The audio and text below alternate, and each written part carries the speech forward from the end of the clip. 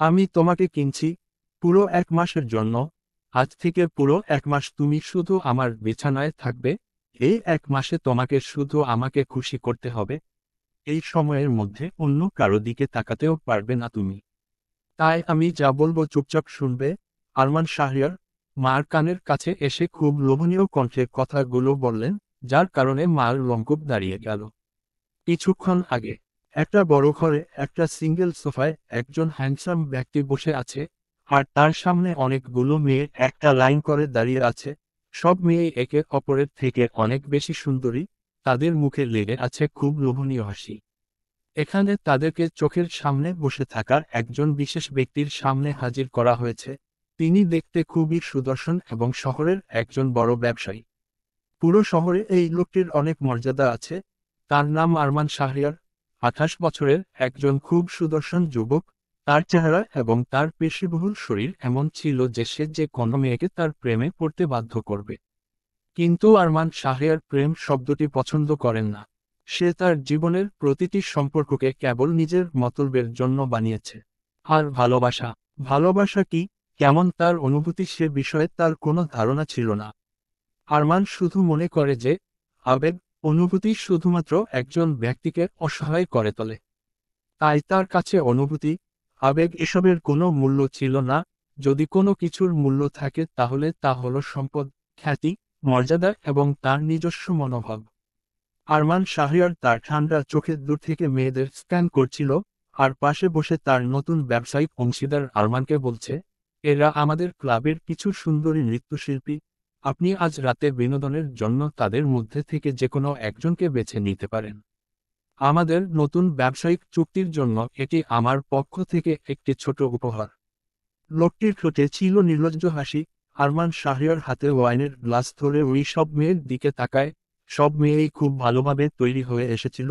যখনই তারা জানতে পারল যে তারা মিস্টার আরমান শাহরিয়ারের সামনে হাজির হতে চলেছে, প্রত্যেক মেয়ের চোখে একটা আলাদা উত্তেজনা আর নার্ভাসনেস ছিল। প্রতিটি মেয়ে চাইছে যেন শুধু তাকে নিতে চায়। এই সমস্ত মেয়েরা আরমান শাহরিয়ারের জন্য পাগল ছিল। সবাই শুধু মনে মনে দোয়া করছিল যে আরমান শাহরিয়ার যেন তাকে লক্ষ্য করে। প্রতিটি মেয়ে তার মুখে একটি প্রলোভনসংকুল হাসি দিয়ে আরমানের দৃষ্টি আকর্ষণ করার চেষ্টা করছিল।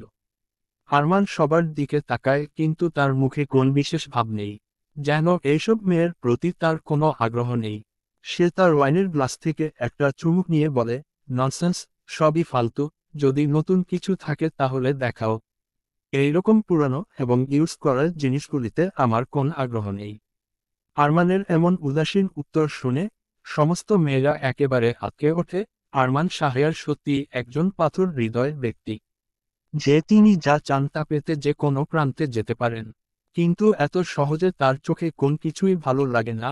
তিনি খুব নির্বাচনী ব্যক্তি এবং তার পছন্দগুলিও খুব বিরল। আরমানের কথা শুনে পাশে বসা লোকটি তৎক্ষণাৎ বলল, আরে, তুমি চিন্তা করো না, আমরা আমাদের ক্লাবের সবচেয়ে তাজা এবং অস্পর্শিত মেয়ে তোমার সামনে তুলে ধরছি।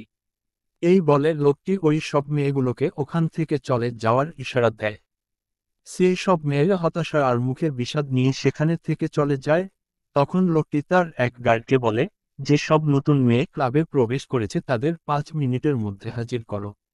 ওই গার্ড মাথা নেড়ে সাথে সাথে সেখানে থেকে চলে যায়। একটা ঘরে অনেক মেয়ে রেডি হচ্ছিল। তখন ওখানে একজন গার্ড এসে বলে, আরে, চলো, এবার তোমাদের পালা। আজ তোমরা যার সামনে যাচ্ছ সে এই শহরের একজন বড় ব্যবসায়ী। তাকে মুগ্ধ করলেই জীবন সেট হয়ে যাবে। তার নাম আরমান শাহরিয়ার। তবে মনে রাখবে তাকে মুগ্ধ করা এত সহজ নয়। আরমান শাহরিয়ার নামটা শুনে সব মেয়েদের চোখ জ্বলে উঠল, কিন্তু ওখানে থাকা একটা মেয়ের চোখ বড় বড় হয়ে গেল। সেই মেয়েটা বাকি সব মেয়েগুলোর থেকে এক কোণে দাঁড়িয়ে আছে। মেয়েটা অবাক হয়ে গেল। এই নামটা সে কখনো আশা করেনি। কিছুক্ষণ পর কিছু নতুন মেয়ে রুমে প্রবেশ করে। সেই নতুন মেয়েদের মধ্যে আরমানের চোখ পড়তেই তার চোখ যায় একটা বিশেষ মেয়ের দিকে। লাল রঙের গাউন পরা একটি খুব সুন্দরী মেয়ে সেই মেয়েদের মধ্যে দাঁড়িয়েছিল। তার মুখে শূন্য অভিব্যক্তি। মেয়েটিকে দেখে আরমান ভ্রু কুঁচকে নেয়। ওই মেয়েটি আর কেউ নয়, মায়া তালুকদার। মায়া হলো আরমানের প্রাক্তন স্ত্রী। দুনিয়ার কেউ এ বিষয়ে জানে না, নির্দিষ্ট কিছু মানুষ ছাড়া। আরমান মায়াকে ডিভোর্স দিয়েছিল কারণ মার সাথে তার বিয়ে হয়েছিল তার ইচ্ছার বিরুদ্ধে। আরমান মায়াকে ওখানে দেখে বেশ অবাক হয়ে যায়। আরমানের সামনে বসা লোকটি আরমানের উদ্দেশ্যে বলে, এরা আমাদের ক্লাবের একদম তাজা তাজা মাল। এরা আজকেই জয়েন করেছে এই কাজে। এটা ওদের সৌভাগ্য যে আপনার মতো একজন অসাধারণ ব্যক্তির দ্বারা তারা তাদের ক্যারিয়ার শুরু করতে চলেছে। এই কথার কোনো উত্তর আরমান দেয় না, কারণ তার চোখ তো এক জায়গাতেই আটকে আছে। সব মেয়েরা এসে আরমানের সামনে লাইন দিয়ে দাঁড়ায়, মায়া মাথা নিচু করে দাঁড়িয়েছিল। আরমানের দিকে সে একবারও তাকায়নি। আরমান উঠে দাঁড়ায়, ওয়াইনের গ্লাস টেবিলে রেখে সেই মেয়েদের কাছে যায়। সোফায় বসা লোকটি খুশি হয়ে ভাবছিল যে আরমান এই মেয়েদের প্রতি আগ্রহ দেখাচ্ছে। আরমান সেই মেয়েদের চারদিক থেকে দেখেছিল, কিন্তু বাস্তবে তার চোখ ছিল কেবল মার দিকে। প্রতিটি মেয়ে তাদের স্টাইল, কাতিলানা হাসি এবং আবেদনময়ী শরীর দিয়ে আরমানকে নিজের দিকে আকৃষ্ট করার চেষ্টা করছিল। তাকে ছুঁয়ে তাকে প্ররোচিত করছিল। কিন্তু আরমানের ওখানকার কোনো মেয়ের প্রতি আগ্রহ ছিল না। সে শুধু মার দিকে মনোযোগ দিয়ে তাকিয়েছিল। ওকে দেখেই মনে হচ্ছে অন্য মেয়েদের থেকে একদম আলাদা। খুব স্বাভাবিকভাবে এক জায়গায় দাঁড়িয়েছিল। এখনো পর্যন্ত একবারও চোখ তুলে তাকায়নি, যেন সে তার প্রতি মোটে আগ্রহ দেখাচ্ছে না। মায়া আরমানকে গুরুত্ব দিচ্ছে না, তার দিকেও তাকাচ্ছে না। এই বিষয়টা আরমানকে আরো রাগিয়ে দিচ্ছিল। আরমান মার সামনে গিয়ে ওর হাত ধরে লাইন থেকে টেনে নেয় এবং তার অন্য হাত দিয়ে মার কোমর শক্ত করে ধরে রাখে। মায়া আরমানের বুকের উপর হুমড়ি খেয়ে পড়ে এবং শক্ত করে আরমানের শার্ট আঁকড়ে ধরে। কিন্তু তখনও আরমানের দিকে তাকাচ্ছিল না। আরমান মুখে বাঁকা হাসি নিয়ে বলে, আমি শুধু একে চাই। আরমানের উত্তর শুনে লোকটা খুশি হয়ে যায়, কিন্তু অন্য সব মেয়েরা হতবাক হয়ে যায়। এই সাধারণ মেয়েটির মধ্যে এমন কি ছিল যে আরমান তার জন্য সেসব সেক্সি হট মেয়েদের উপেক্ষা করল। আরমানের শেষ পর্যন্ত কাউকে পছন্দ হয়েছে দেখে লোকটি খুব খুশি হয়ে যায়। উনি বলেন, অবশ্যই মিস্টার আরমান, আপনার পছন্দের দাম আছে বলতে হবে। ও সাধারণ হলেও সব মেয়েদের থেকে সুন্দরী। ও এইমাত্র যোগ দিয়েছে এই কাজে। আপনি যে মেয়েটির গায়ে হাত দিয়েছেন, এই মেয়েটি আপনার সেবায় উপস্থিত থাকবে। ও আজ রাতে আপনাকে বিনোদন দেবে। আরমান খুব মনোযোগ দিয়ে মার দিকে তাকায়। 1 বছরের দীর্ঘ দাম্পত্য জীবনে এই প্রথম সে মায়াকে এত কাছ থেকে সামনাসামনি দেখেছে। নইলে বিয়ের পর সে না মায়াকে তার বাড়িতে থাকতে দিয়েছে আর না কখনো তার সামনে আসার অধিকার দিয়েছে। বিয়ের পরও মায়া তার বাবার বাড়িতে থাকত। আরমান এবং মার পরিবার ছাড়া পৃথিবীর আর কেউ তাদের বিয়ের কথা জানত না। আরমান মায়াকে খুব ঘৃণা করত। সে কখনো মার মুখও দেখাতে চায়নি নিজে থেকে। মায়া বিয়ের পর 1 বছর তার বাবার বাড়িতে থাকে এবং একদিন আরমান তার বাড়িতে ডিভোর্সের কাগজও পাঠায়। কখন তাদের সম্পর্ক শুরু হয়েছিল এবং কখন শেষ হয়েছিল, কেউ সে সম্পর্কে কোনো খবর পায়নি। আরমান তাদের সবাইকে রুম থেকে বেরিয়ে যাওয়ার ইঙ্গিত দেয়, কারণ তার এখন আর কাউকে সহ্য হচ্ছিল না। তার চোখ তখনও নিচু হয়ে থাকা মার মুখের দিকে। সে চোখের পাপড়ি তুলেও আরমানের দিকে তাকাচ্ছে না। আরমান ইশারা করার সাথে সাথে লোকটি সব মেয়ে এবং গার্ডগুলোকে নিয়ে রুম থেকে বেরিয়ে গেল। ওরা সবাই চলে যেতেই আরমানের অভিব্যক্তি আরও কঠোর হয়ে উঠল। আরমান মার কোমরটা আরও একটু শক্ত করে ধরল যাতে মার ব্যথা করতে শুরু হলো। আরমান, তাহলে এই ব্যবসা কবে থেকে শুরু করলে? আরমানের কথাগুলো খুবই কড়া ছিল, যা মার হৃদয়কে ব্যথিত করছিল। এই বিয়ে তাদের দুজনের ইচ্ছার বিরুদ্ধে হলেও মায়া আরমানকে অনেক পছন্দ করতে শুরু করেছিল। যে মুহূর্তে সে আরমানকে প্রথমবার দেখেছিল, তার হৃদয় আরমানের উপর পড়েছিল। আরমান বিয়েতে খুশি ছিল না, কিন্তু মায়া সিদ্ধান্ত নিয়েছিল যে আজ না হলে কাল সে আরমানের হৃদয় ঠিকই জায়গা করে নেবে। কিন্তু আরমান তাকে এই সুযোগ কখনো দেয়নি। মায়া বিয়েটা টিকিয়ে রাখার চেষ্টা করেছিল, কিন্তু আরমানের কাছ থেকে সে যা পেয়েছে তা ছিল শুধুই অবজ্ঞা আর অবহেলা। হঠাৎ একদিন যখন ডিভোর্স পেপার তার বাড়িতে আসে, তখন মার সব আশা ও স্বপ্ন ভেঙে যায়। ও খুব খারাপভাবে ভেঙে পড়ে। আরমান তাকে ডিভোর্স পেপার সহ কিছু টাকা পাঠিয়েছিল ভরণপোষণ হিসাবে, যা মায়া স্পষ্টতই নিতে অস্বীকার করেছিল এবং ডিভোর্স পেপারে সই করেছিল এবং সেই টাকা ফেরত পাঠিয়েছিল। বিবাহ বিচ্ছেদের পর দুজনেই আর কখনো একে অপরের মুখোমুখি হয়নি, কিন্তু মায়া স্বপ্নেও ভাবতে পারেনি যে তাদের এমনভাবে দেখা হবে। মায়া সাহস সঞ্চয় করে আরমানের চোখের দিকে তাকিয়ে খুব ঠান্ডা গলায় বলল, দারিদ্র্যের মধ্যে দিয়ে বাঁচার কোনো ইচ্ছে নেই। আমার কিছু শখ আছে যা পূরণ করার জন্য আমার টাকার প্রয়োজন। এখন আমার স্বামী আমাকে ছেড়ে চলে গেছে, আমাকে কোথাও না কোথাও থেকে তো আমার শখ পূরণের উপায় খুঁজে বের করতে হবে। আমার অনেক টাকার দরকার। মার কথা শুনে আরমানের গম্ভীর মুখটা আরো গম্ভীর হয়ে যায়। গম্ভীর গলাতেই বলে ওঠে আরমান, ওহ, তাহলে আমার প্রাক্তন স্ত্রীরও শখ আছে বুঝি। টাকার জন্য শরীর বিক্রি করার জন্য এই বাজারে নেমেছ। বাহ, শখ মানুষকে কত কি কিনা করতে শিখায়। আমি তোমায় ডিভোর্স দিয়ে একদম ভালো করেছি। তোমার মতো মেয়েদের দিয়ে শুধু শরীরের আগুন নেভানো যায়, বউ করে সংসার করা যায় না। তোমার মতো মেয়ের কোনো যোগ্যতাই নেই আমার বউ হওয়ার। আরমান দাঁত কিরমির করে কথাগুলো বলল। কেন জানে না, কিন্তু হঠাৎ করেই খুব রাগ লাগছে তার। যদিও আরমানের কথাগুলো মায়াকে অনেক কষ্ট দিচ্ছিল, কিন্তু সে তার সমস্যাগুলো আরমানকে দেখাতে চায় না। আর কেনই বা সে দেখাবে? যে ব্যক্তি বিয়ের আগেও চিন্তাও করেনি, ডিভোর্স দেওয়ার আগেও ভাবেনি, তার মুখের দিকেও তাকায়নি, তার ফিলিংস নিয়েও ভাবেনি, তাকে কেন তার সমস্যাগুলো দেখাবে? মায়া মুখে একটা প্রলোভনসংকুল হাসি দিয়ে আরমানের গলায় হাত রেখে বলল, যদি এমনই হয় তাহলে চলুন, আমি আপনার ইচ্ছা পূরণ করব আর আপনি আমার ইচ্ছা পূরণ করবে। যাই হোক, গত কয়েকদিন ধরে আমার ইনকামটা একটু ধীরগতিতে চলছে, আপনার মতো কোনো ধনী লোক পাইনি না, তার জন্য। আজ যখন আপনার মতো ধনী কাউকে পেয়েছি তখন আমি কোনো কমতি রাখতে চাই না। আপনি যেমন চাইবেন আপনাকে আমি তেমন সার্ভিস দেব। আর আমাকে বিশ্বাস করুন, আমি আপনাকে একটুও অভিযোগ করার সুযোগ দেব না। আজ পর্যন্ত আমি আমার গ্রাহকদের কাউকে খুশি না করে যেতে দেইনি। আরমান অবাক হয়ে বলল, গ্রাহকদের? কতজন গ্রাহক আছে তোমার? আরমানের মুখে বিস্ময়ের ছাপদারি, আর গলার আওয়াজে রাগের আভাস স্পষ্ট। আরমানকে অবাক হতে দেখে মায়া বাঁকা হেসে বলল, আমার কতজন গ্রাহক আছে এতে আপনার কি যায় আসে মিস্টার আরমান সাহের? এটা তো আমাদের নিত্যদিনের কাজ, এত লোকের কথা কিভাবে মনে রাখি বলুন। মার এমন নির্লজ্জ কথা শুনে আরমানের মুখ রাগে লাল হয়ে গেল, চোখ দিয়ে যেন আগুন ঝরছে। রাগে আরমান তার হাত দিয়ে মার চিবুক শক্ত করে ধরল। মায়া প্রচণ্ড ব্যথা অনুভব করছিল কিন্তু ওর ব্যথা আরমানকে দেখাতে চাইছিল না। মুখে ঝুলিয়ে রেখেছিল গা জ্বালানো হাসি। আরমান, আমি ভেবেছিলাম তুমি ভালো মেয়ে, তাই তোমাকে ডিভোর্সের সাথে কিছু টাকাও পাঠিয়েছিলাম। তুমি যখন টাকাটা আমাকে ফেরত দিয়েছিলে, তখন আমি ভেবেছিলাম তুমি হয়তো একজন আত্মসম্মানী মেয়ে, কোথাও না কোথাও আমার একটু অপরাধবোধ কাজ করেছিল যে আমি কারো জীবন নষ্ট করেছি, কিন্তু আজ তোমাকে এইভাবে দেখার পর আমার সেই মায়া এবং সেই অপরাধবোধটাও চলে গেল। এখন মনে হচ্ছে যা করেছি একদম ঠিক করেছি। যাই হোক, তা তুমি আজ পর্যন্ত কত মানুষের বিছানা গরম করেছ? হ্যাঁ, কত মানুষের শরীর ছুঁয়েছ, কত মানুষের তৃষ্ণা নিবারণ করেছ তুমি। কি হলো বলো, উত্তর দাও। আরমান উত্তেজিত হয়ে মায়াকে কথাগুলো জিজ্ঞাসা করল। আরমানের কথা শুনে মায়া হালকা হেসে বলল, বললাম না, আমার মনে হয় না এগুলো জেনে আপনার কোনো লাভ হবে। আমি অনেকের সাথে খেলেছি, বিশ্বাস করুন, আমার অনেক অভিজ্ঞতা আছে। আমি আপনাকে খুব খুশি করতে পারবো।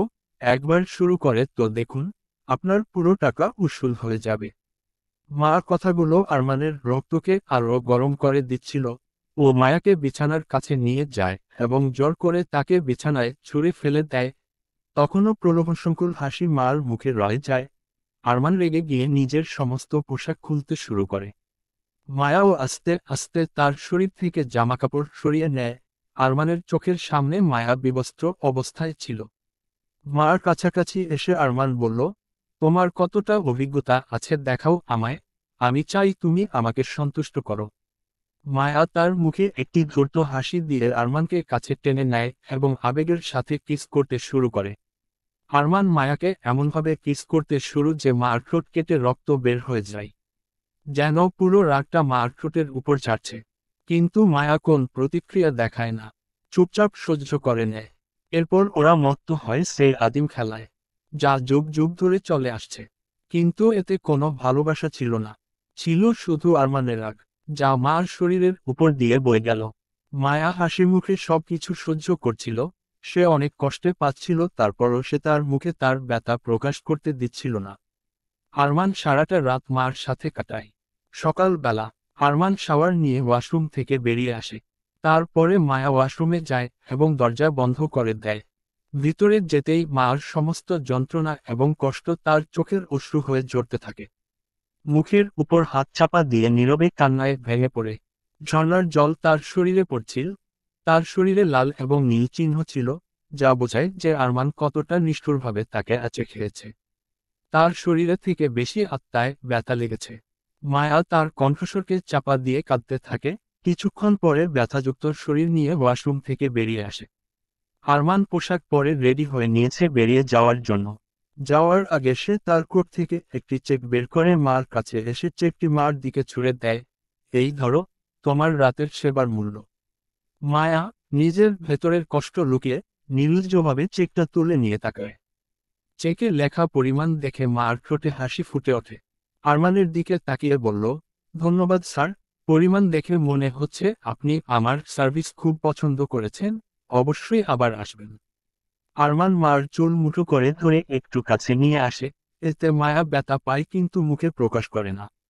আরমান রাগের দাঁত কিরমির করে বলল, প্রশ্নই আসে না। এই আরমান শাহরিয়ার একবার যেই জিনিস ব্যবহার করে তাতে দ্বিতীয়বার আর হাত দেয় না। মায়া একটু মন খারাপের ভান করে বলে, ওহ, এর মানে আমি আর আপনার সাথে রাত কাটানোর সুযোগ পাব না। সমস্যা নেই, আপনি না হলে অন্য কোন মোটা পার্টি কি পেয়ে যাব। শহরে এমন লোকের অভাব নেই। যাই হোক, আজ রাতে আমার আরেকজন ব্যবসায়ীর সাথে অ্যাপয়েন্টমেন্ট আছে। তার জন্য প্রস্তুত হতে হবে। একটি সুন্দর পোশাক কিনতে হবে। তারপরে অনেক প্রস্তুত হতে হবে। আমি ব্যস্ত। আপনার সাথে দেখা করে ভালো লাগলো মিস্টার আরমান শাহরিয়ার। এই বলে মায়া চেক নিয়ে রুম থেকে চলে যায়। আজ রাতে অন্য কারোর সাথে অ্যাপয়েন্টমেন্ট। মার এসব কথা শুনে আরমান অবাক হয়ে গেল। কেন জানি ওর খুব রাগ লাগছিল। এতে আরমান কনফিউজড হয়ে বিরক্ত নিয়ে মনে মনে বলে, ও সারা শহরের মানুষ নিয়ে রাত কাটাক, তাতে ওর কি। এই ভেবে আরমান সেখানে থেকে সোজা তার অফিসের জন্য রওনা দেয়। ক্লাব ছাড়ার পর মায়া সোজা হাসপাতালের যায়। তার ফোনে অনেক মিসড কল ছিল। মায়া তাড়াহুড়ো করে একজন ডাক্তারের কেবিনে ঢুকে যায়। মায়াকে দেখে ডাক্তার বলেন, আরে আপনি এসেছেন। আমরা আপনাকে অনেকবার ফোন করেছি, আপনি আমাদের ফোন ধরলেন না। ক্ষমা চেয়ে মায়া খানিকটা নার্ভাস কণ্ঠে বলল, আমি দুঃখিত ডাক্তার, আমি একটা কাজে আটকে গিয়েছিলাম। ডাক্তারবাবু, উনি কেমন আছেন?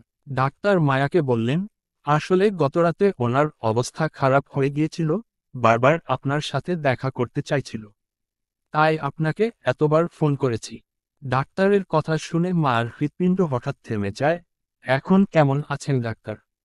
ডাক্তার মায়াকে শান্ত করে উত্তর দিলেন, উনি এখন ভালো আছেন, চিন্তা করবেন না। এই কথা শুনে মায়া স্বস্তির নিঃশ্বাস ফেলে। ডাক্তার মায়াকে বললেন, উনাকে কেমোথেরাপি দেওয়া শুরু হয়ে গেছে। উনি ক্যান্সারের শেষ পর্যায়ে আছে।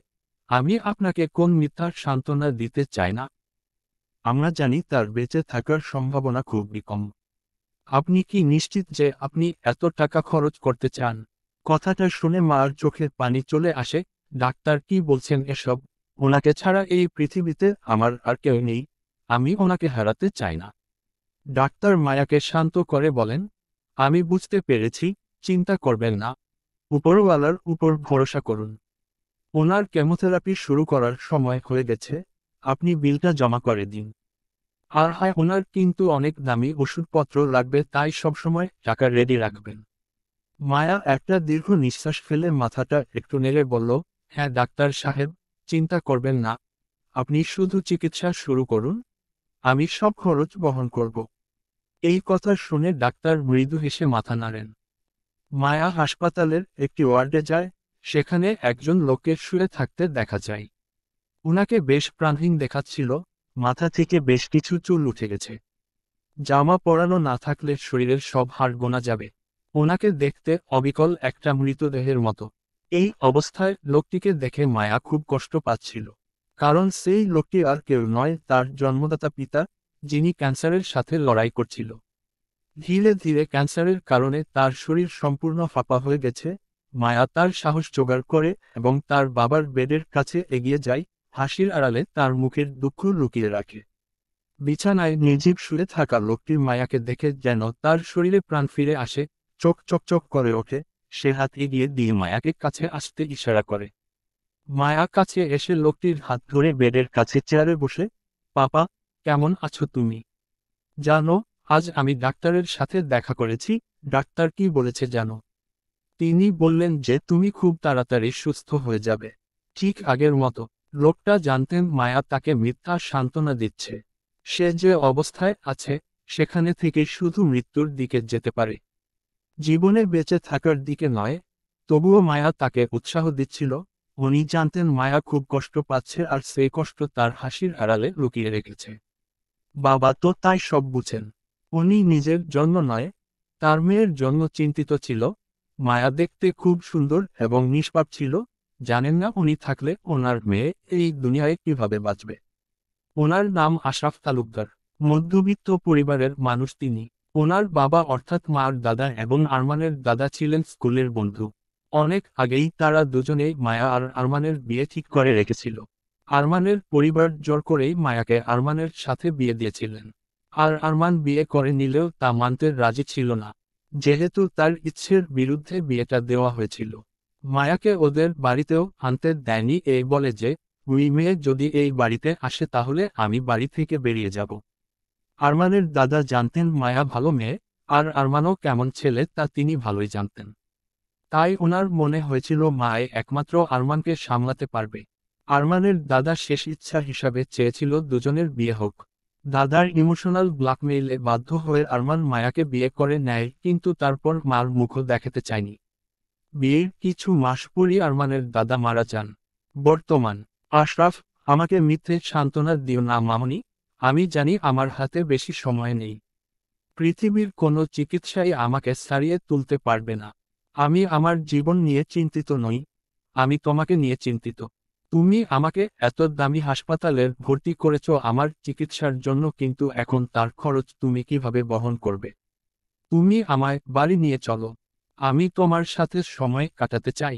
আমি এই হাসপাতালের মরতে চাই না। মায়া সাথে সাথে তার বাবাকে বাধা দিয়ে বলল, পাপা, থামো তুমি। তোমাকে কতবার বলেছি এমন ফালতু কথা বলবে না। তোমার কিছুই হবে না। তুমি সুস্থ হয়ে যাবে। ডাক্তার আমাকে বলেছে সে তোমার উপর নতুন ওষুধ ব্যবহার করছে, যেগুলো আস্তে আস্তে কাজও করছে। এখন তুমি তাড়াতাড়ি সুস্থ হয়ে যাবে, বিশ্বাস করো। আশরাফ, এত টাকার ব্যবস্থা করছো কোথা থেকে তুমি? কিছু ভুল কাজ। আশরাফ এই কথা বলতে মায়া তাড়াতাড়ি উত্তর দেয়, না পাপা, আমি একটা বড় মাল্টিন্যাশনাল কোম্পানিতে চাকরি পেয়েছি।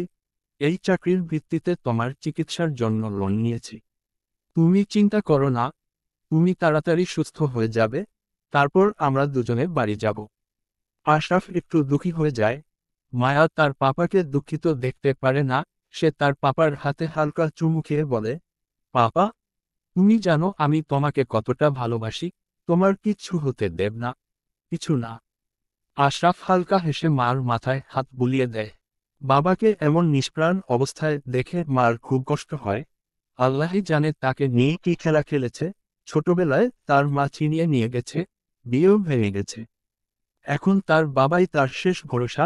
আল্লাহ তাআলা এখন তাকেও ছিনিয়ে নেওয়ার চেষ্টা করছেন এবং ওর বাবাকে বাঁচানোর জন্য নিজের কতটা মূল্যবান জিনিস হারিয়েছে তা একমাত্র ওই জানে। মায়া মনে মনে বলে, আই এম সরি পেপিয়ে, আমি কি করছি তা বলতে পারবো না। তবে তোমার জীবন বাঁচাতে আমি যেকোনো প্রান্তে যেতে প্রস্তুত। আমি জানি আমি যা করছি তা খুবই অন্যায়। যেই রাস্তায় আমি নেমেছি এতে আমার জীবন নষ্ট হয়ে যাবে, এবং আমি কখনোই এর থেকে বেরিয়ে আসতে পারবো না। তবে আমিও তোমাকে এভাবে কষ্ট পেতে দেখতে পারবো না। প্লিজ তুমি আমায় ক্ষমা করে দিও। পাপাকে খাবার ও ওষুধ দেওয়ার পর মায়া তার বাড়িতে ফিরে আসে। প্রথমেই সে একটা পেইন কিলার খেয়ে নেয়, কারণ তার শরীরে প্রচুর ব্যথা হচ্ছিল। আর হবে নাই বা কেন, আরমান তো পুরো পশুর মতো ব্যবহার করেছে ওকে। ব্যথানাশক ওষুধ খাওয়ার পর মায়া হালকা কিছু খায় এবং তারপর বিছানায় শুয়ে পড়ে। বিছানায় শুয়ে সে ক্লান্ত এবং যন্ত্রণায় কাতরাচ্ছিল। রাতে মায়া রেডি হয়ে ক্লাবে পৌঁছালে ক্লাবের মালিক মায়াকে তার কাছে ডাকে। মায়া ক্লাবের মালিকের কাছে পৌঁছে বলল, স্যার, আমাকে আপনি ডেকেছিলেন।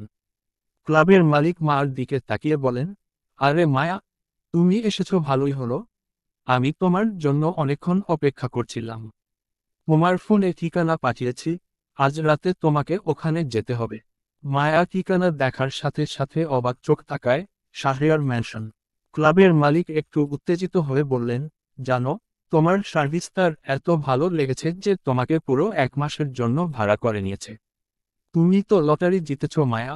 অভিনন্দন। এখন তুমি টাকার পুকুরে গোসল করবে। মায়া যেন আকাশ থেকে পড়ল, কারণ সে এটা মোটেও আশা করেনি। মায়াকে অবাক হতে দেখে লোকটি বলল, কি খুব অবাক হয়েছ তো? হওয়ারই কথা। মায়া যেন নিজের হুঁশ ফিরে পেল। স্যার, 1 মাস খুব বেশি হয়ে গেল না? ক্লাবের মালিক চোখ ঘুরিয়ে বললেন, তো এতে আশ্চর্য হওয়ার কি আছে? মেয়েরা এই সুযোগের জন্য মুখিয়ে থাকে। আর তুমি এত ভালো সুযোগ পেয়েও খুশি নও। যাও তাড়াতাড়ি ওই অ্যাড্রেসে চলে যাও। আমি ওনার থেকে টাকা নিয়ে নিয়েছি। এখন তোমাকে যেতেই হবে, না হলে আমার ব্যবসা লাটে উঠে যাবে। লোকটার কথা শোনার পর মায়া শুধু মাথা নাড়ল। সে তখনও বিভ্রান্ত এবং অবাক ছিল। কিন্তু তার অর্থের প্রয়োজন মেটানোর জন্য তাকে এই কাজটা করতে হচ্ছে।